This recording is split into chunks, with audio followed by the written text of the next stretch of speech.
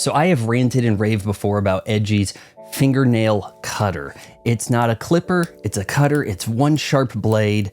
It is amazing, leaves a soft edge around your fingernails so there is no filing down needed.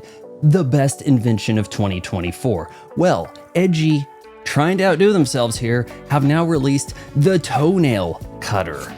Yeah, this big chunky boy is a fair bit sizable compared to the nail cutter, but is it as good?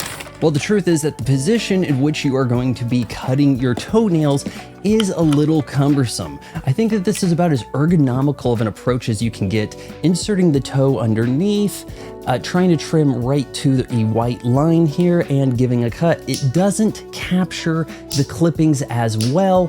I think that they tried as best as they could to get the same level of clipping, catching as with the fingernail cutter, but it's just maybe not possible. Like the nail cutter, the toenail cutter has a plastic sheath and a single sharp blade, giving you a really nice clean edge that you don't have to file down, saving you so much time. You can pick up EDJY's original fingernail cutter as well as the brand new toenail cutter with my affiliate link to Amazon in the pinned comment and description.